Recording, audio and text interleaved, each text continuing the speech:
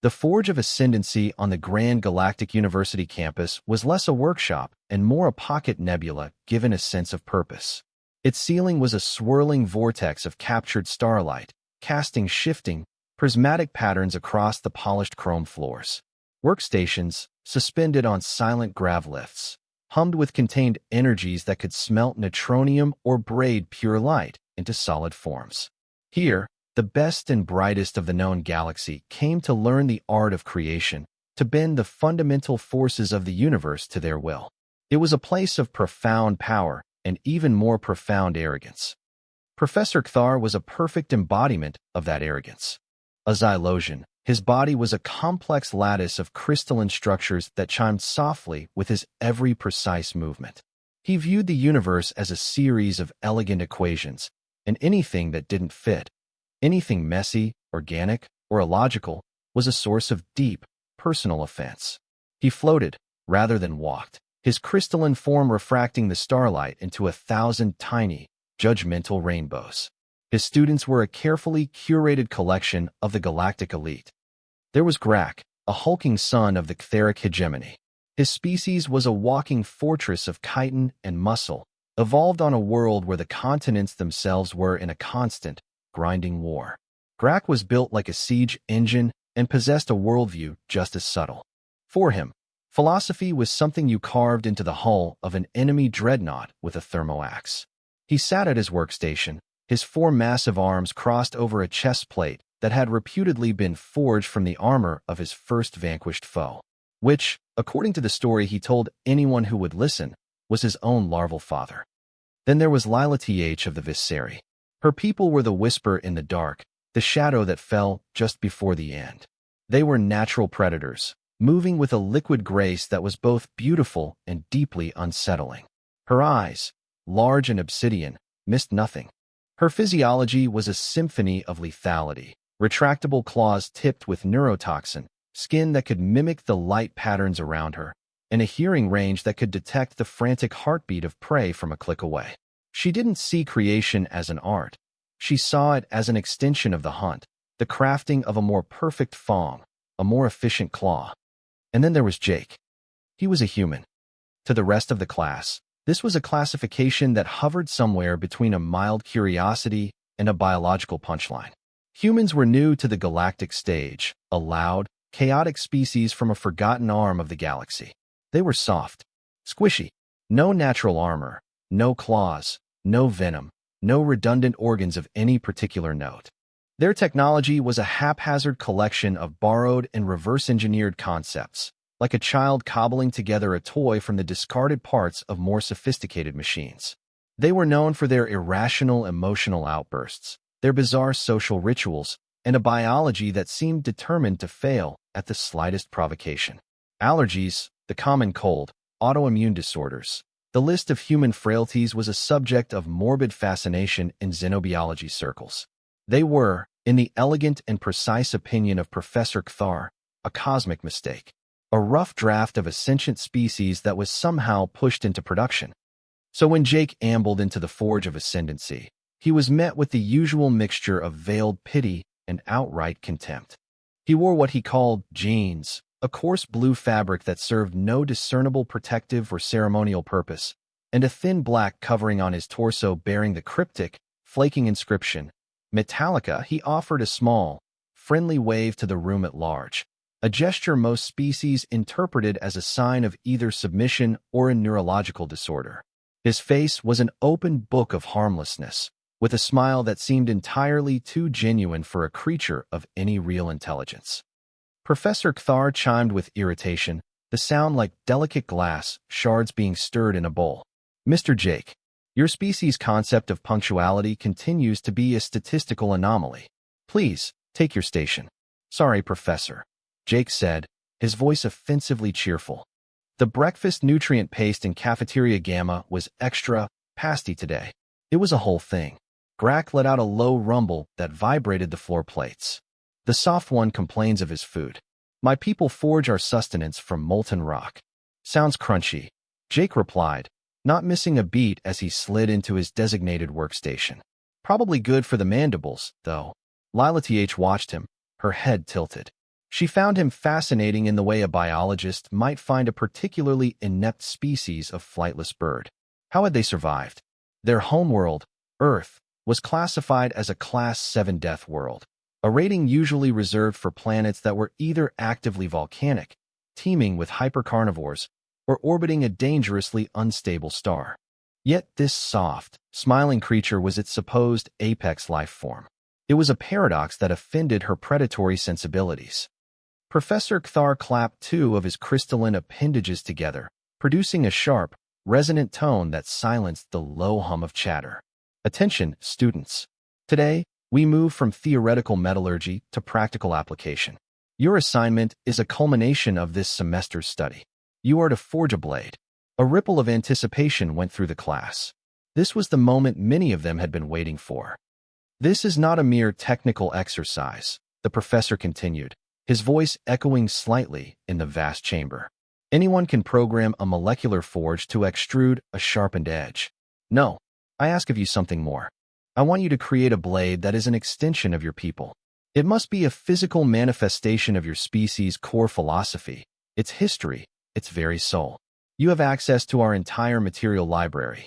Crystalline ferrites, hyperdense alloys, woven carbon lattice, even stabilized exotic matter for the more ambitious among you. Show me the spirit of your heritage. Show me what it means to be Ktheric, or Visceri, or human. He added the last word with a tone that suggested he was deeply skeptical such a thing even existed. Grax slammed a massive fist on his console, and the workstation's energy field flared to life. The spirit of the Ktheric is war, he boomed. My blade will be an echo of the Star Crusher, the axe that split the moons of our home system. It will sing a song of glorious conquest. Lila Th's workstation shimmered with a dark, silent energy. The philosophy of the Visceri is the silent, perfect kill, she purred, her voice a low thrum. My creation will be a whisper in the dark, a tool of elegant finality. It will not sing, it will simply end. All eyes, a collection of compound, multifaceted, and crystalline optics, turned to Jake. He was leaning back in his chair, looking thoughtful. And you, Mr. Jake?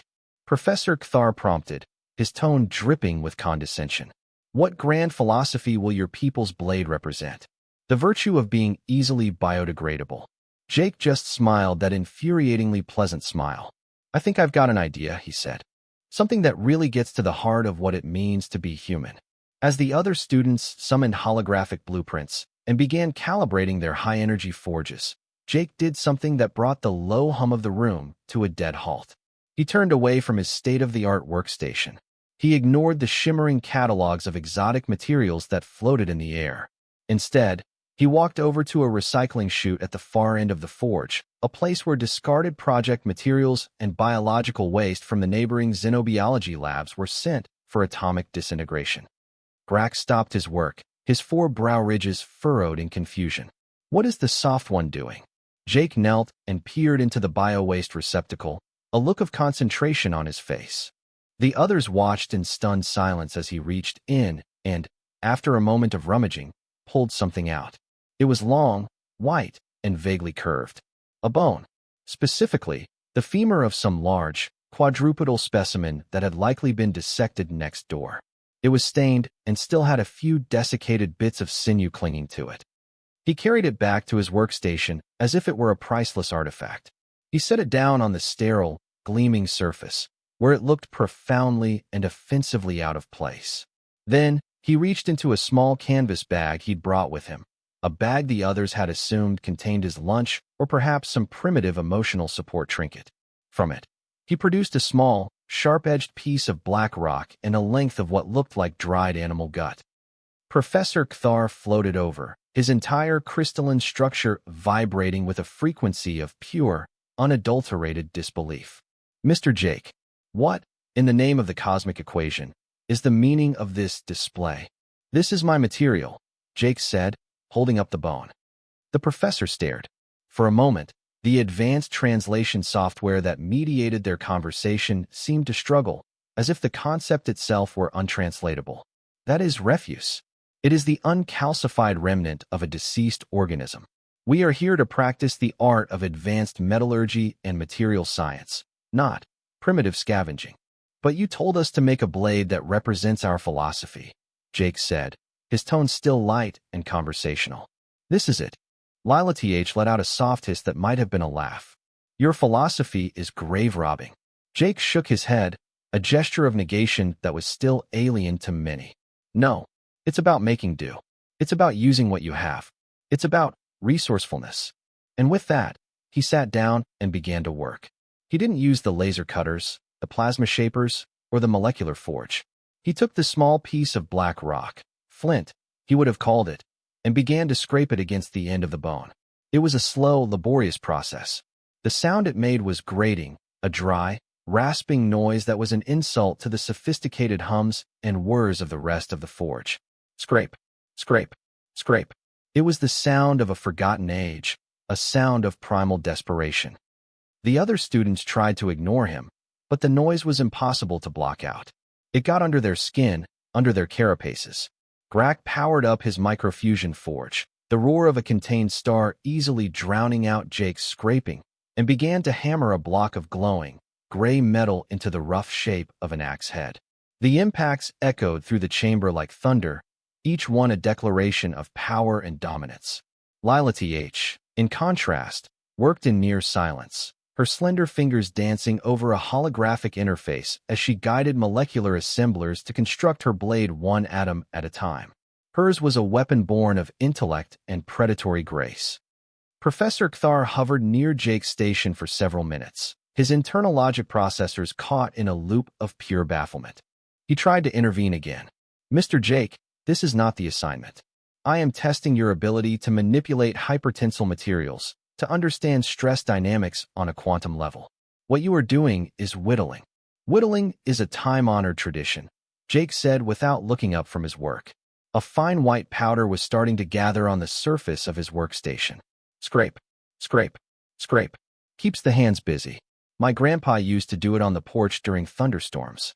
The professor's translator offered several possible interpretations for porch and thunderstorms, all of them equally nonsensical in this context. He finally gave up, emitting a sharp chime of frustration and floating away to observe students who were actually following the instructions.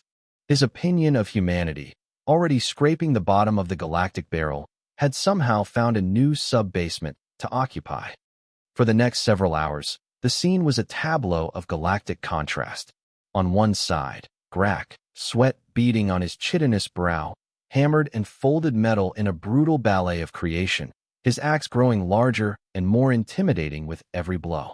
On the other, Lila TH patiently oversaw the birth of her weapon, a sliver of impossible darkness that absorbed the light around it. And in the middle, Jake sat, patiently scraping a dead animal's bone with a rock. He hummed a tuneless, repetitive melody under his breath, a sound that was somehow even more unnerving than the scraping. Grack, pausing to quench his glowing axe head in a vat of cryogenic fluid that hissed and boiled violently, couldn't resist another jibe. Still playing with your toothpick? Human, he roared over the din, my axe will cleave a shuttle in half. What will yours do? Give a microbe a nasty splinter. Jake held up the bone. One end was now noticeably sharper, honed to a wicked-looking point. It's all about shot placement, my friend, he said cheerfully. It's not the size of the dog in the fight. It's the size of the fight in the dog. Grack just stared, his massive brain unable to process the metaphor. He shook his head and returned to his work, deciding the human was simply insane. It was the only logical explanation. Lila TH watched the exchange, a flicker of something new in her obsidian eyes. It wasn't pity anymore. It was a faint, clinical curiosity. The human displayed no shame, no embarrassment. He was being openly mocked by beings who could tear him apart with their bare hands, and he showed no fear. His heart rate, she noted, was steady. His breathing was even. This was not the behavior of a prey animal. It was the behavior of something that simply didn't recognize the threat. Or, more disturbingly, something that didn't consider them a threat at all. The day of presentation arrived. The forge was silent, the workstations powered down. Professor Kthar floated before the assembled students, his crystalline form radiating an aura of academic judgment. One by one, the students would present their creations. Grack went first. He strode to the center of the room and, with a grunt of effort, heaved his weapon onto the presentation dais. It was a masterpiece of brutal engineering. A double-headed war axe, easily 2 meters long, with a haft of reinforced carbon and heads of shimmering etheric war steel. A network of glowing blue conduits pulsed along its surface, feeding a microfusion core that gave the blade a mono-edged, vibrating field. When he activated it, it let out a deep, resonant hum that sounded like a predator's growl. "Behold, World Breaker," Grak bellowed, his voice filled with pride. "It is the philosophy of the etheric made manifest. It is direct. It is powerful. It is honorable. Its purpose is to meet strength with greater strength, to shatter the defenses of our enemies and carve our dominion in the stars. It is a weapon for a warrior, to be wielded in glorious battle." He swung the massive axe, and it cleaved the air with a sound like tearing reality. The students were suitably impressed. Even Professor Kthar gave a series of approving chimes. "An excellent, if unsubtle, representation of your people's ethos, Mr. Grak," the professor said. "A fine example of controlled energy projection." Next was Lila Th. She glided to the dais, her movements silent. She placed her blade down, and at first, some of the students thought she'd forgotten it. The weapon was a thin, black stiletto, no longer than her forearm. It lay on the white dais like a crack in reality, seeming to drink the light that touched it. It had no power source, no glowing parts. It was just a simple, elegant shape of pure black. "I call this the last breath," she said, her voice a soft whisper that carried through the entire hall. "The Visceri do not believe in glorious battle. We believe in efficiency, in inevitability.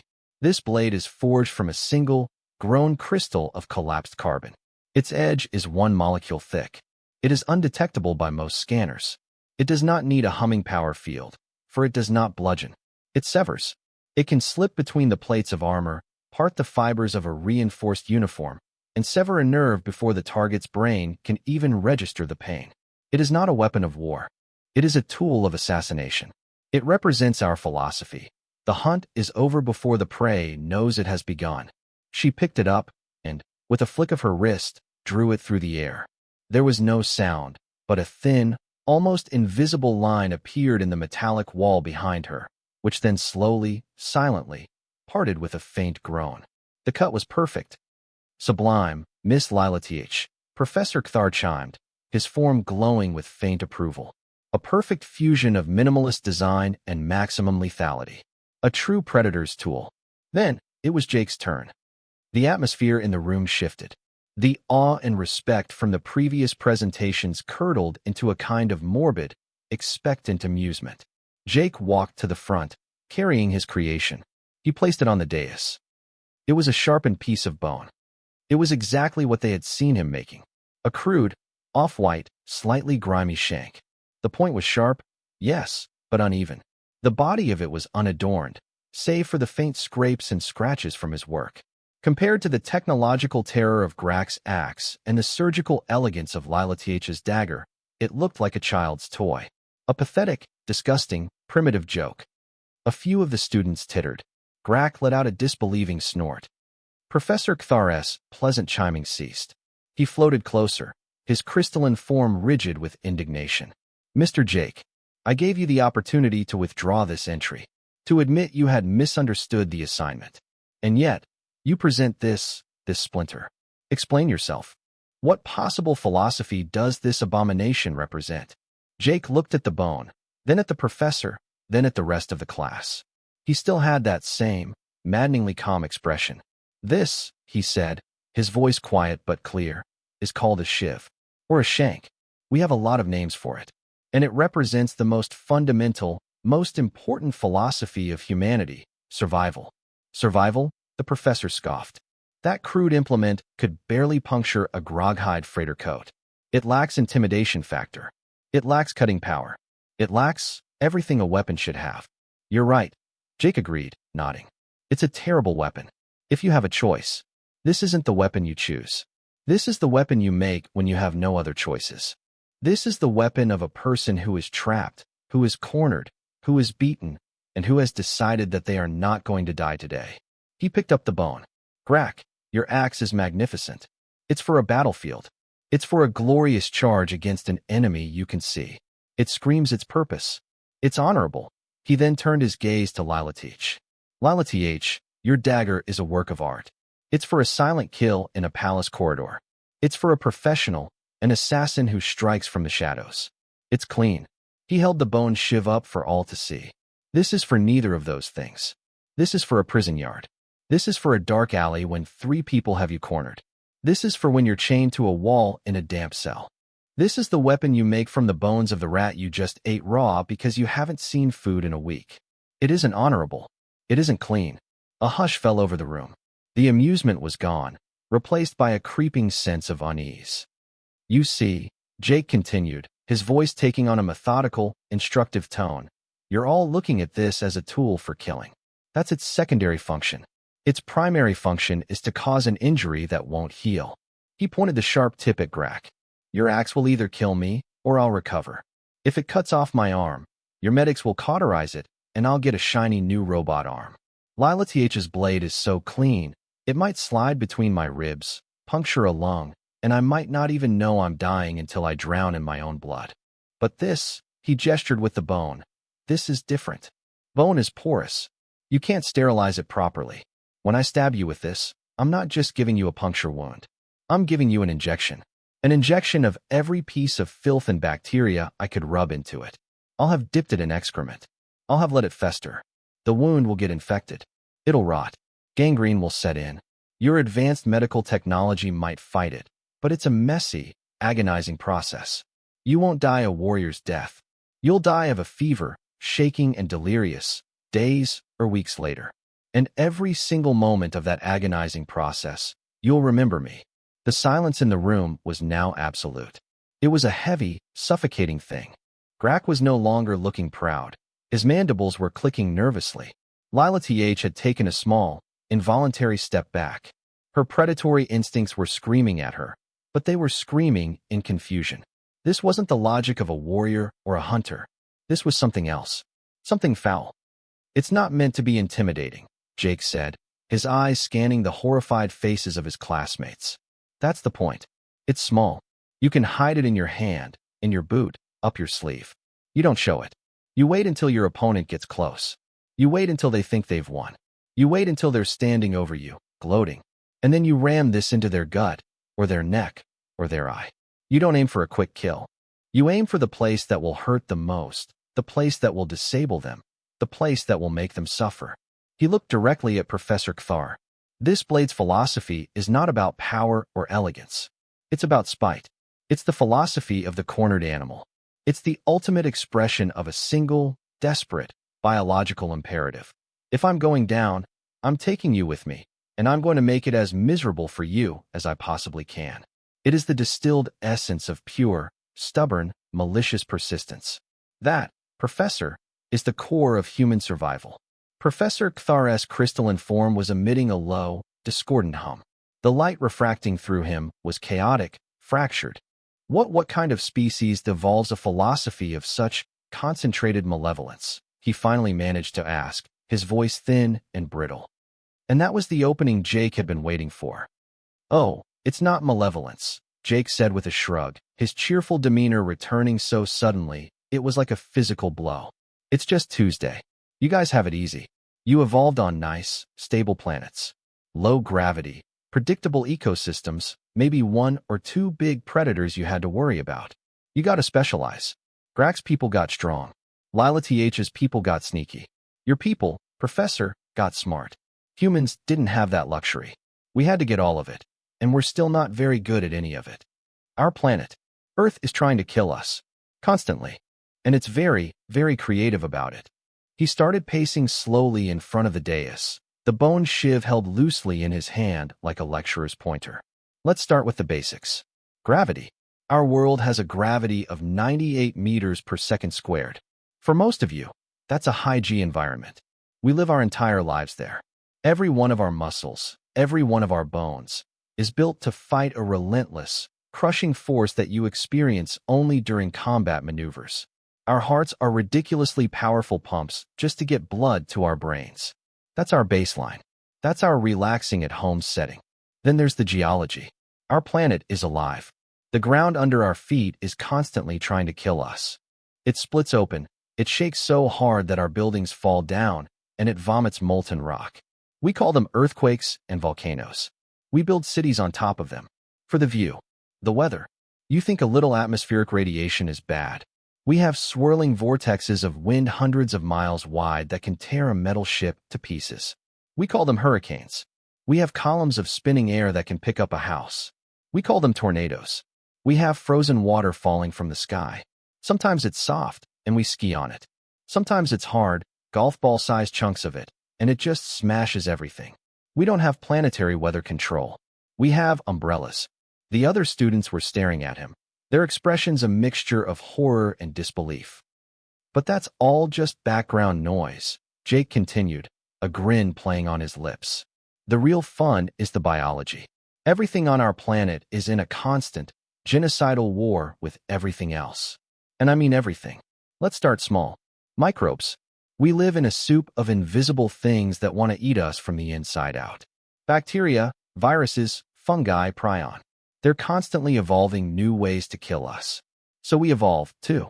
Our immune systems are the most sophisticated, paranoid, and downright vicious biological warfare units in the known galaxy. Most of the time, they work. Sometimes, they get bored and decide to attack our own bodies just for practice. We call them autoimmune diseases. He paused, letting the information sink in. Now, let's talk about things you can see. The visceri are apex predators, right, Lalath? You're impressive. But on Earth, you'd be middle management. We have giant, furry land predators with claws like daggers and a bite that can crush a skull. We call them bears. We go camping in their forests. For fun. We have giant cats that can run faster than our ground vehicles. We have packs of dogs that hunt with terrifying intelligence. We domesticated them, and now we keep them in our houses and pick up their poop in little plastic bags. Our oceans, he said, his eyes wide with theatrical relish, are a nightmare factory. There are fish in there with rows of serrated teeth that can bite you in half. Sharks. There are gelatinous blobs with tentacles that can sting you to death. Jellyfish. There are 8-legged things with beaks that can punch through reinforced glass. There are giant squids that live in the crushing dark. We go swimming in there. We put on thin rubber suits and dive down to look at them. Grak had unconsciously taken a step behind his massive axe, as if for protection. Even the small things are horrifying. We have insects that drink blood. We have spiders whose venom can liquefy your organs. We have snakes that can kill you with a single bite. We have ants that march in armies of millions and consume everything in their path. And we have the Australian continent. We don't have time to go into Australia. The point is, our world is a non-stop, 24/7 horror show. We are the things that survived it.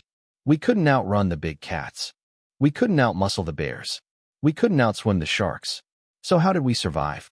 We got clever. We got stubborn. And we got mean. We learned to make tools out of everything. A rock. A stick. A bone from our last meal. We learned to hunt things bigger than us not by fighting them, but by outlasting them.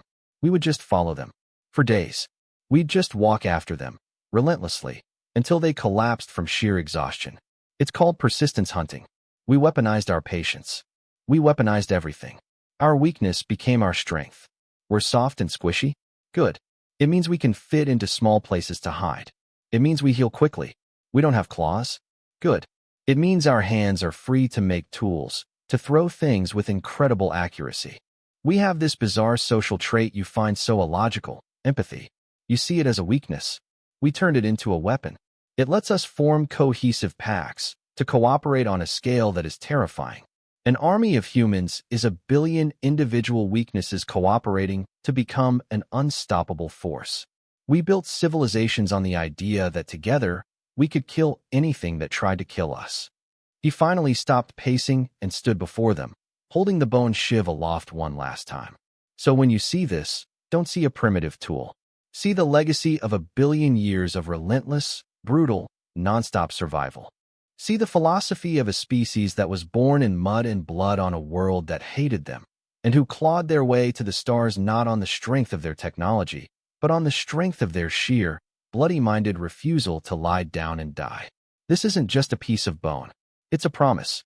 It's the promise that no matter what you do to us, no matter how badly you beat us, We will always find a way to make a tool out of our own suffering, and we will crawl through hell itself just for the chance to jam it in your eye. He tossed the bone shiv onto the dais. It landed with a small, pathetic clatter that echoed in the profound silence of the great forge like a gunshot. No one moved. No one spoke. Grax stared at his glorious, honorable war axe. It suddenly looked garish. Absurd. A toy for children who didn't understand what a real fight was. Lila Th was looking at her own hands, at the deadly claws sheathed within. They were tools for killing prey. She was now standing in a room with a creature that had just explained, in cheerful, conversational detail, how its entire species had become the ultimate survivor. A survivor doesn't just kill prey. A survivor kills competitors. A survivor kills threats. A survivor kills anything it has to. For the first time in her life, she felt a cold, primal sliver of fear. She felt like prey. Professor Kthar was completely still. His internal processors were trying to reconcile the data. Humans were not a cosmic mistake. They were a cosmic horror story. They were the monster that hides under the bed. They were the thing that survives the apocalypse and comes out of the rubble, blinking in the sun, ready to start building again. He was looking at the single representative of a species of galactic-level apex survivors, and he had been treating him like a remedial student. The logic of it was so terrifying it threatened to shatter his crystalline mind. Jake broke the silence, his voice back to its normal, friendly tone. Anyway, that's what I learned in Boy Scouts. Do we get extra credit if it's technically a recycled material? And he smiled. It was the single most terrifying thing any of them had ever seen. The friendly, unassuming smile of a creature that could look at the corpse of its dinner and see not just a meal, but the promise of a weapon, was a sight that would haunt their nightmares for the rest of their lives. They weren't in a classroom with a student from a primitive species. They were in a cage with a monster that was just being polite.